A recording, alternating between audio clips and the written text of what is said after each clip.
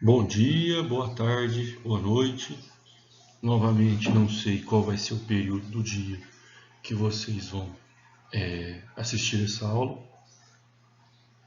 Hoje, o que nós vamos tratar é o recurso de agravo de instrumento. Primeiramente, retirem toda aquela imagem do agravo de instrumento do processo comum. Na Justiça do Trabalho não existe uma relação tão próxima, exceto quanto à natureza recursal. Mas, via de regra, a semelhança encerra aí. Pois bem, vamos enfrentar esse agravo de instrumento. Necessário, até para fins de conceito, que nós possamos traçar uma diferença da finalidade do agravo de instrumento do processo civil para o processo do trabalho. No processo civil, nós temos bem claro a natureza do agravo de instrumento, que seria o recurso cabível contra decisão interlocutória do magistrado.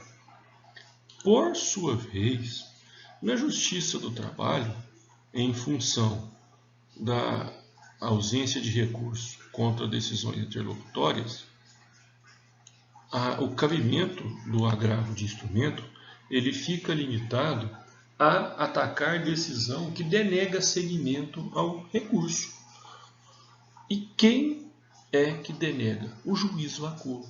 Ou seja, o agravo de instrumento, ele, via de regra, será interposto para o juízo acordo.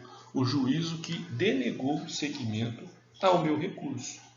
Isso é frase de uma música famosa, salvo engano, quem compôs ela foi o professor Maza, que eu repito em sala de aula, que denegou seguimento, cabe agravo de instrumento. Denegou seguimento, cabe agravo de instrumento. Então, nunca se esqueçam dessa frase que eu me coloco no ridículo de cantar ou de declamar. Denegou seguimento, cabe agravo de instrumento. Denegou seguimento, cabe agravo de instrumento. Essa é a minha musiquinha para vocês. É o momento de pagar mico enquanto dando uma aula online. Isso por quê? Porque o agravo de instrumento, aquela finalidade de atacar a decisão interlocutória, eu não tenho essa necessidade. E eu não tenho por quê?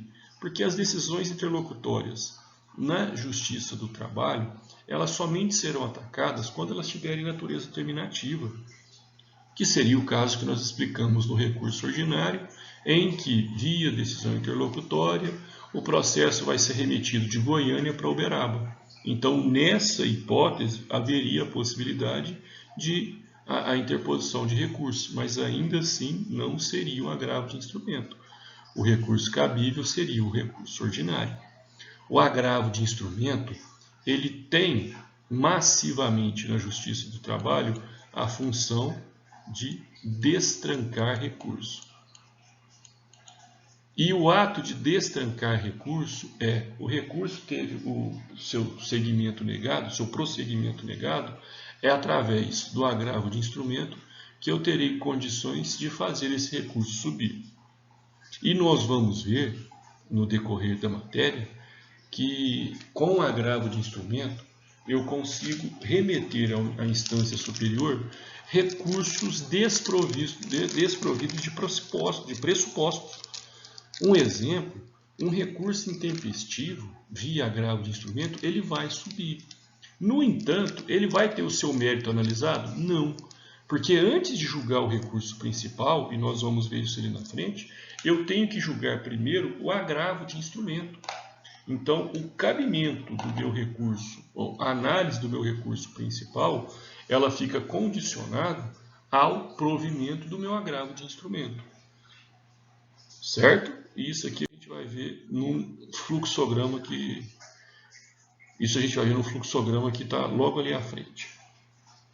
Onde está a previsão legal para o agravo de instrumento? O agravo de instrumento da Justiça do Trabalho, ele tem a sua previsão no artigo 897, a linha B, parágrafos 2º e parágrafos do 4º ao 7º. Então, voltando aqui, o artigo 897, ele dispõe: cabe agravo. Ele começa com o prazo para interposição. No prazo de 8 dias, que tipo de agravo? Agravo de instrumento e de qual comando será possível a interposição do agravo de instrumento. Será possível a interposição de agravo de instrumento dos despachos que denegarem a interposição de recurso. Aí é que está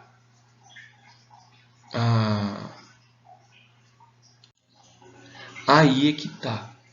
Quem julga o agravo de instrumento?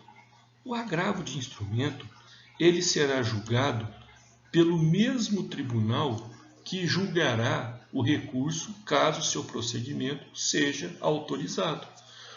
Vamos pensar o seguinte: eu tenho uma ação que ela está tramitando na Vara do Trabalho de Uberaba.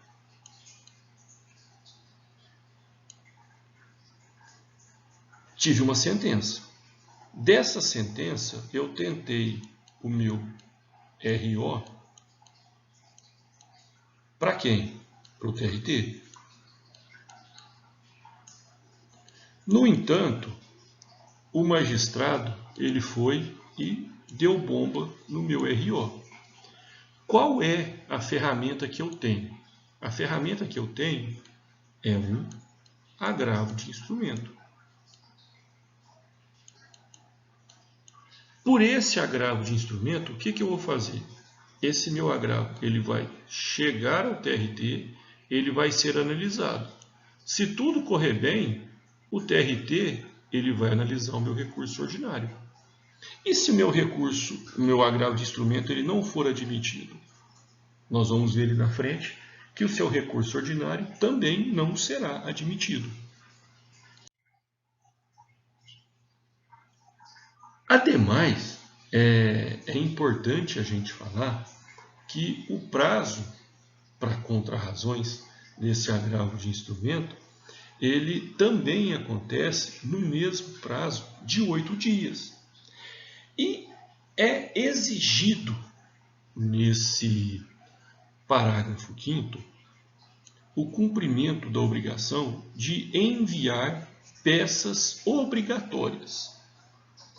As peças obrigatórias, então, seriam decisão agravada, certidão da intimação, procurações de ambos os advogados, uma cópia da petição inicial, uma cópia da contestação e uma cópia da decisão. E, que a gente vai ver ali na frente também, o comprovante de depósito recursal. Sendo oportunizado, facultado, que a parte junte qualquer outro documento que ela também repute como relevante. Aqui, esse é o tchananã do negócio, que eu gostaria que vocês prestassem atenção.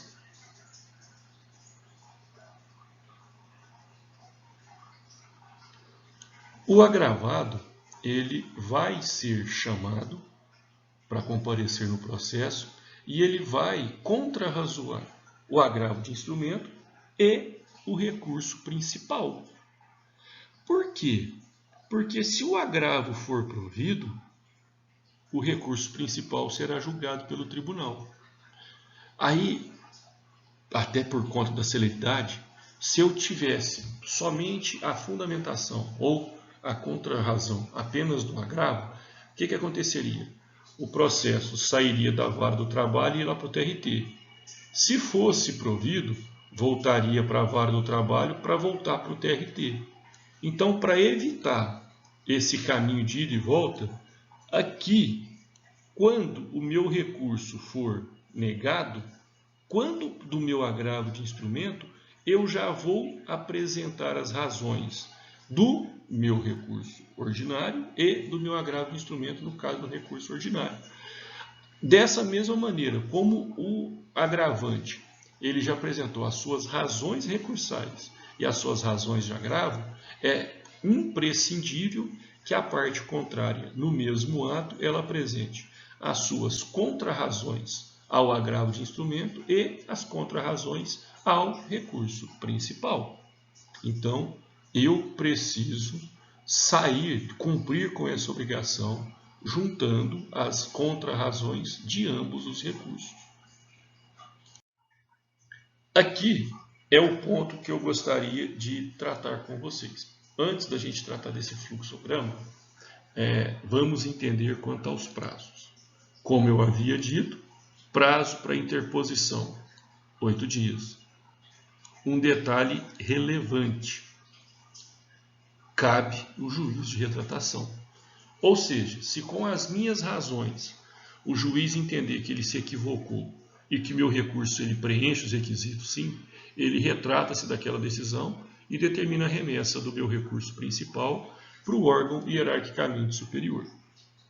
Aqui, se o agravante ele tem 8 dias para poder fazê-lo, o agravado ele tem o mesmo prazo para se defender. Eu não posso ofertar prazos distintos para as partes em um mesmo processo. Certo? Então, esse é o ponto que eu gostaria de trazer um enfoque maior. Agora, vamos brincar com esse fluxograma aqui. Esse fluxograma, ele começa com o magistrado denegando o seguimento ao meu recurso ordinário. Tá. Vamos falar a vara do trabalho.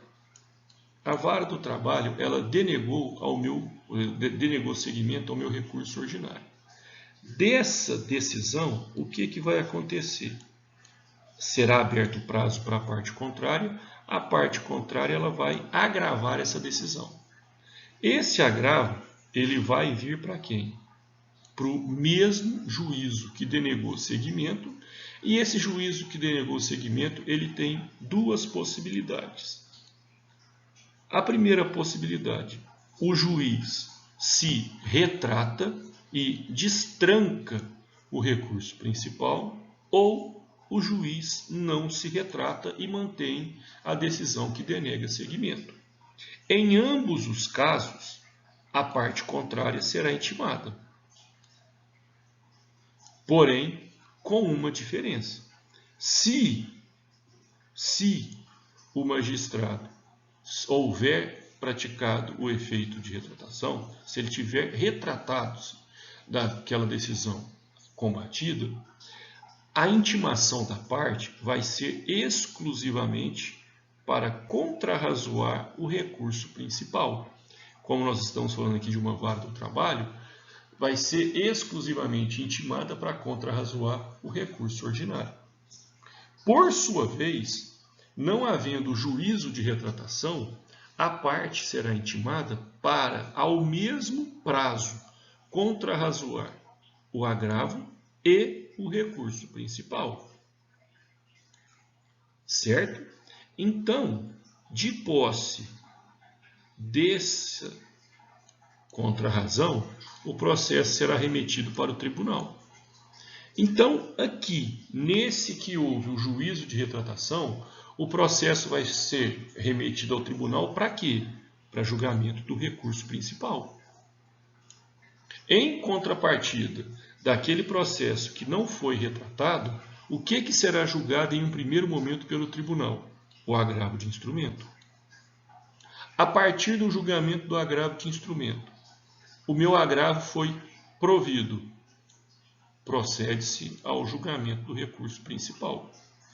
Na hipótese do meu agravo não ser provido, o meu recurso principal não será julgado. Simples assim. Essa regra do agravo de instrumento, ela fica muito clara quando analisada por esse fluxograma. Quanto ao preparo. Eu começo até com uma piadinha que para muitos possa até ser sem graça. quanto ao preparo, se preparem, porque o preparo do agravo de instrumento, ele extrapolou o limite da redação fraca, da redação ruim, uma redação que somente traz a confusão. Primeiro, não é um recurso isento. E eu demonstro isso para vocês como? No artigo 897, no parágrafo 5º, fala que, além dos documentos essenciais, é necessário a comprovação de recolhimento do depósito recursal. Uma vez, então, esse depósito recursal ele se transforma em um pressuposto de admissibilidade. O artigo 899, no parágrafo 7º, ele dispõe que o depósito recursal do agravo de instrumento ele corresponde a 50% do valor do recurso que se pretende destrancar. Então, vamos pegar o recurso ordinário. O recurso ordinário, ele tem um valor aproximado de vamos colocar R$9.000. Significa, então, que para interpor o agravo de instrumento, eu preciso recolher R$4.500, que seria 50% do valor do recurso que eu quero destrancar. E aqui, mais uma vez, cai aquela condição de que o depósito recursal ele tem a natureza jurídica de garantia do juízo. Ou seja, tudo que o recorrente ele deposita como depósito recursal será no futuro utilizado para garantir ou toda ou parte a execução. E um ponto, pessoal, que tem que ficar claro para vocês também. Por essa instrução normativa, o que acontece? Vamos supor que a condenação, o valor estipulado da condenação, ele seja garantido pelo depósito recursal do recurso principal e do agravo de instrumento, exceto se houver uma majoração na condenação, considera-se garantido o juízo para todos os fins.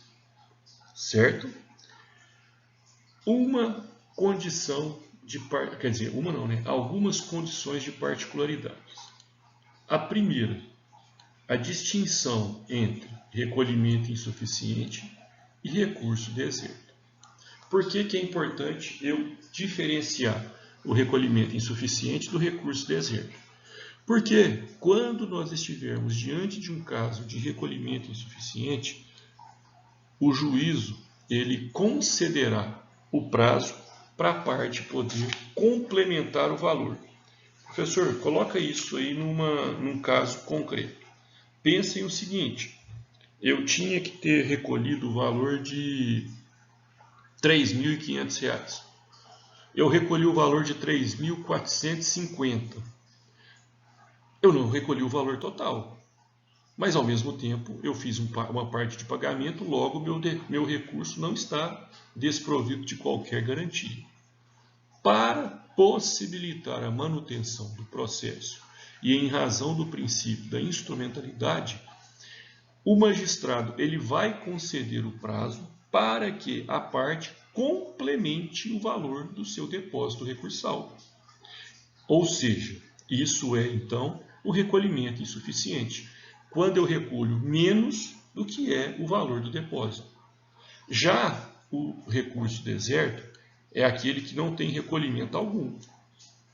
Então, o recurso deserto não será ofertado esse mesmo prazo previsto na OJ 140 para a parte ir e fazer essa comprovação.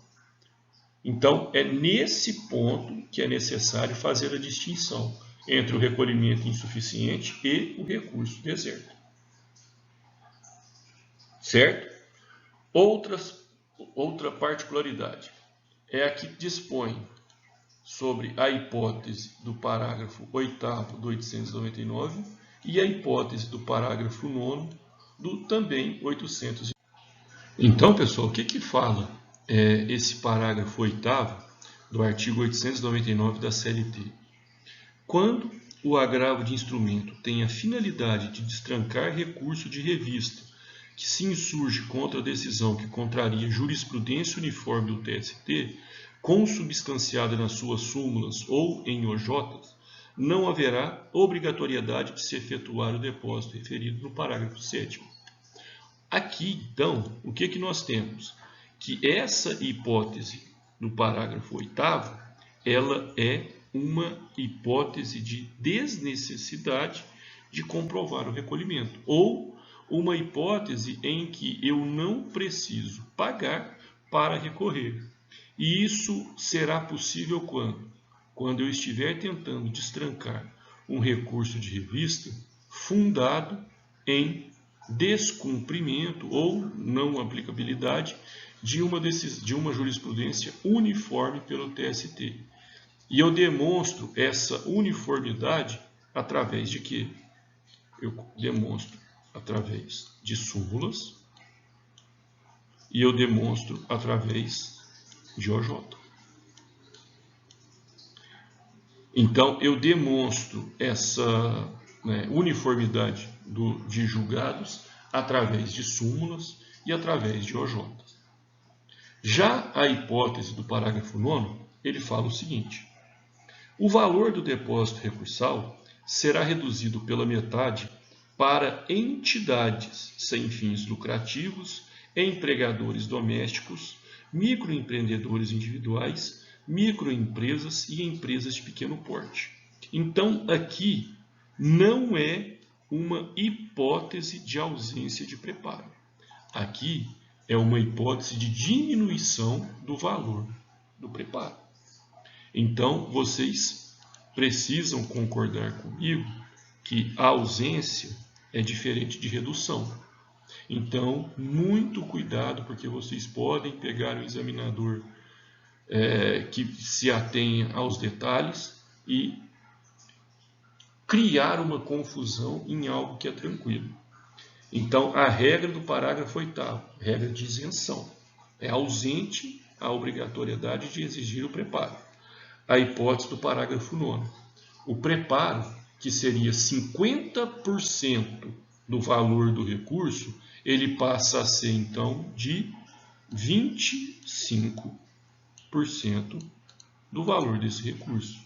Por quê? Porque se para interpor o meu agravo, eu preciso comprovar 50% do recurso principal, e se eu for uma empresa sem fins lucrativos, se eu for um empregador doméstico, se eu for um microempreendedor individual, se eu for uma microempresa ou uma empresa de pequeno porte, o valor previsto no parágrafo 7º do artigo 899, ele será reduzido pela metade. Então, se esse daqui é 50% do recurso principal, esse daqui, por uma condição aritmética, nesse caso aqui, o agravante terá que comprovar o recolhimento de 25% do valor do recurso principal.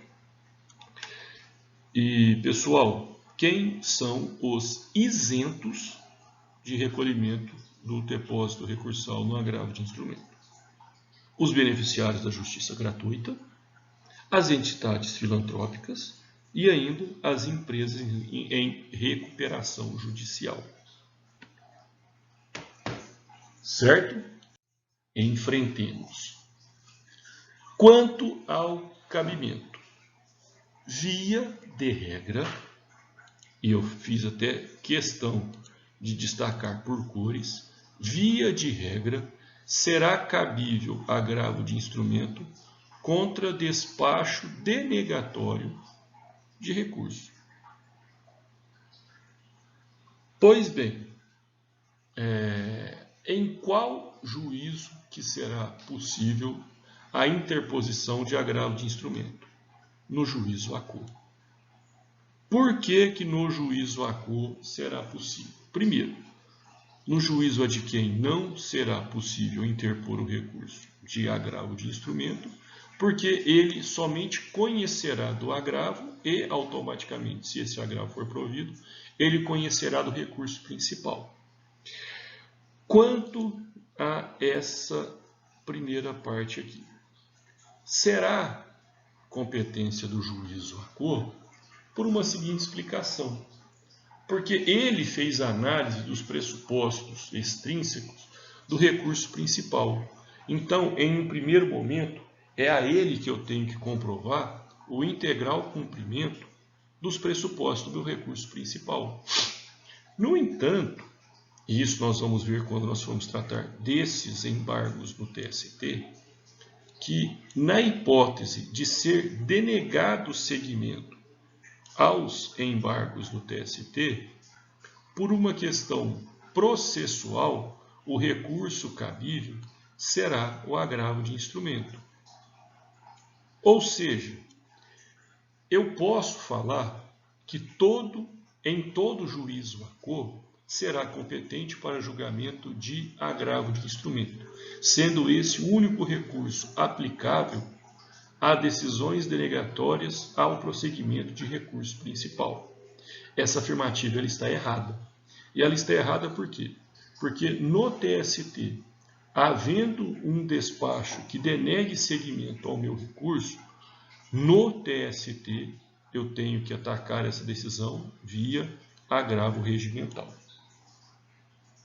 Certo? Avançamos.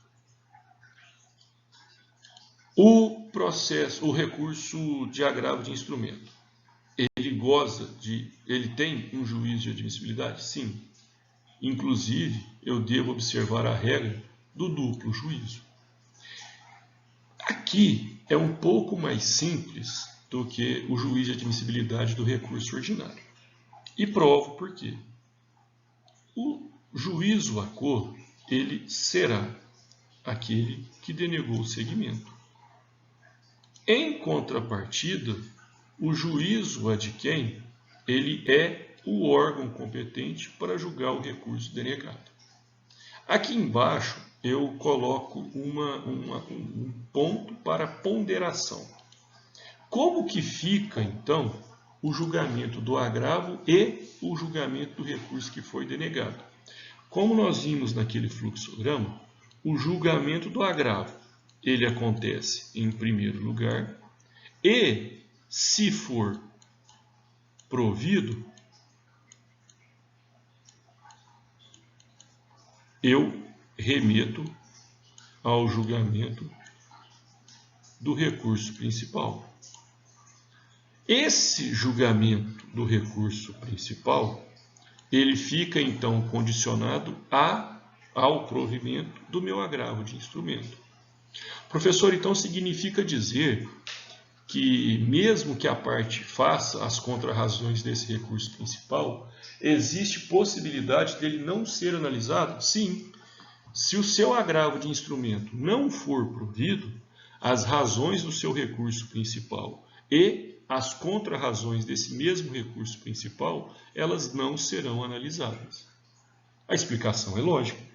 Se eu estou buscando, via agravo de instrumento, esse destrancamento do recurso principal, esse meu recurso principal somente será analisado se eu obtiver sucesso no meu agravo de instrumento.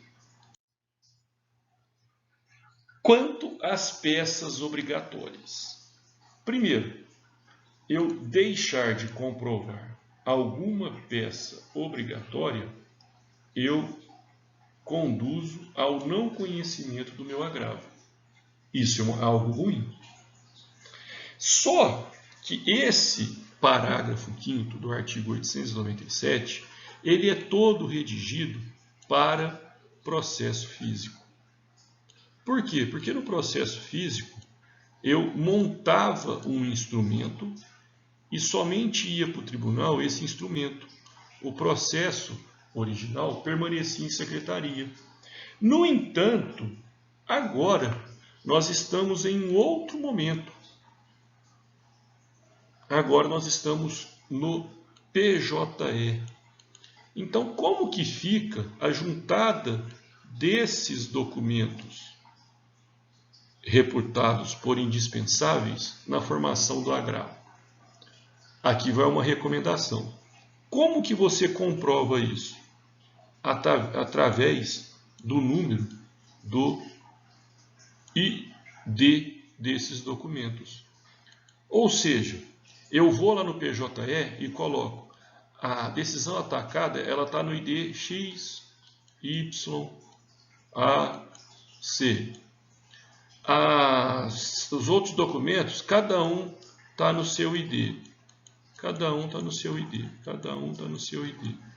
O que eu tenho que fazer? Eu tenho que indicar onde no processo eletrônico estão esses documentos. Basta eu comprovar isso, porque se o processo eletrônico não é crível, não é razoável que eu imprima essas folhas ou que eu as salve em PDF e que eu disponibilize novamente esses documentos que já estão no processo. Então, basta que você disponha qual ID desse recurso, desses documentos principais, e assim você preenche esse requisito aqui. Pessoal, caso não tenha ficado claro essas questões de ID, no dia da nossa aula presencial, eu estarei com a página do PJE aberto e vocês entenderão isso daqui. Certo? E, por fim, vamos ao quadro de apresentações gerais do agravo de instrumento. O agravo de instrumento, então, como nós falamos, ele está previsto no artigo 897, a linha B, parágrafos 2º e de 4º ao 7º. Trata-se de um recurso em que se exige o preparo, portanto, o preparo será, com base no artigo 7º do 899, será calculado a 50% do recurso que eu pretendo destrancar. Pela regra do parágrafo 8º, quando eu tentar destravar recurso de revista fundamentado em demonstrar descumprimento ou não aplicabilidade de jurisprudência uniforme do TST, e essa jurisprudência eu estou demonstrando através de súmula e orientação jurisprudencial, deixo de ter obrigação de recolher. E quando eu estiver na regra do parágrafo 9º, eu recolherei metade do que os demais recolhem para fins de agravo de instrumento. E ainda eu tenho as hipóteses de isenção quanto ao recolhimento do agravo de instrumento, do depósito recursal. Seu cabimento. O agravo de instrumento ele é cabível de decisões que denegam seguimento a determinado recurso. A admissibilidade ela é feita em um duplo juízo, sendo o juízo ACO aquele que denegou o seguimento e o juízo adquem aquele que vai ter competência para julgar o recurso principal. Lembrando que naquela hipótese dos embargos no TST, eu atacaria essa decisão que denegou o seguimento via agravo regimental. E quanto ao prazo, eu tenho 8 dias para recorrer e eu tenho os mesmos 8 dias para contrarrazoar. Pessoal, o que eu havia planejado para o agravo de instrumento é isso. Demais situações nós trataremos na nossa aula presencial, na nossa aula virtual. Certo? Fiquem todos com Deus e um grande abraço.